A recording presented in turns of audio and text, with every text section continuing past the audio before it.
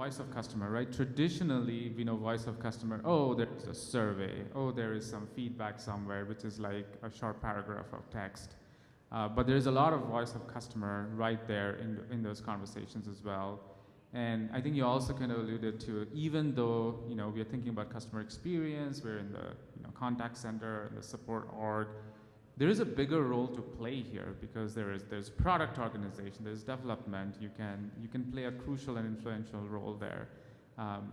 Can maybe talk a little bit more like how can you, as a support leader, influence product and development? So I do believe support roles will change over the next years, and one of the new skill sets we need to acquire is storytelling with the data. Now, I have good examples where in our products, when we have releases, guess what's going to happen? There will be new problems because something changed. Customers maybe didn't get the enablement. They will ask questions. So traditional method, a few weeks later, maybe you ask customers in product survey again, like, hey, what's going on? Tell us experience. And they tell you they're not happy. Just put that aside. Go talk to your support team. They will tell you before your customers telling you because customers are calling. And when customers call support, those are organic, raw conversations. They are not calling to support, or support is not calling them to sell anything. So those are really true conversations. And if you need to step up and advocate for your team to listen to those conversations, to improve your product, whether you change how you modify the screen or you have a new release.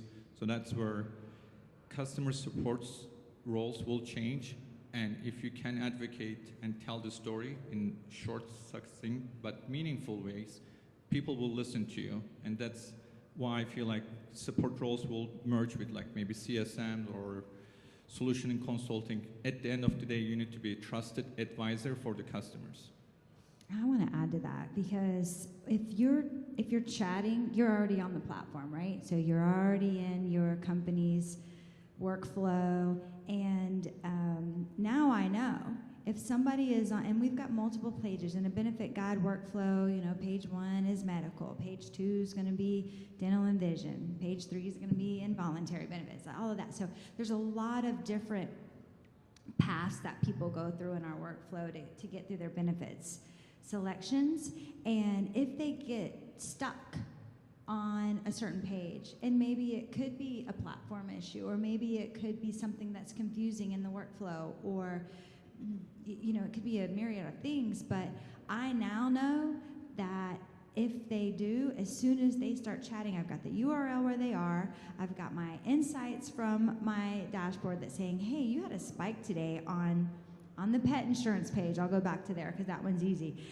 People can't seem to link out to the carrier when they're trying to identify who their pet is, and that's really powerful. And you only get that type of insight if you've got that analytical tool sitting on top of your workflow. Otherwise, it's just a little bit of noise over here and a little bit of noise there, and you can't piece it all together. So really huge on almost real time, I'll say quite real time, product insight as well.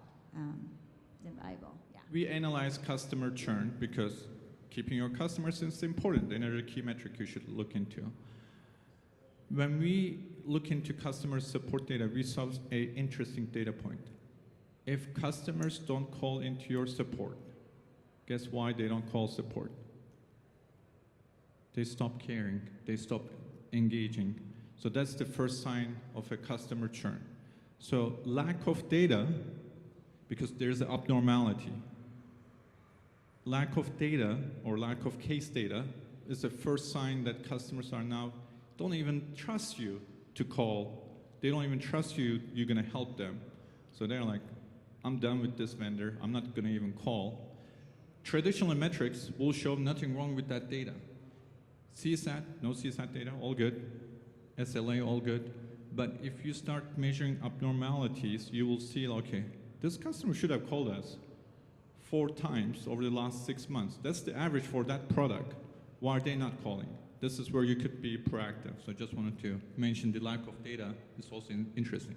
I think what you're really alluding to is both of you, is very, very interesting, is this whole concept of anomaly that have existed, but for, applied to customer support data.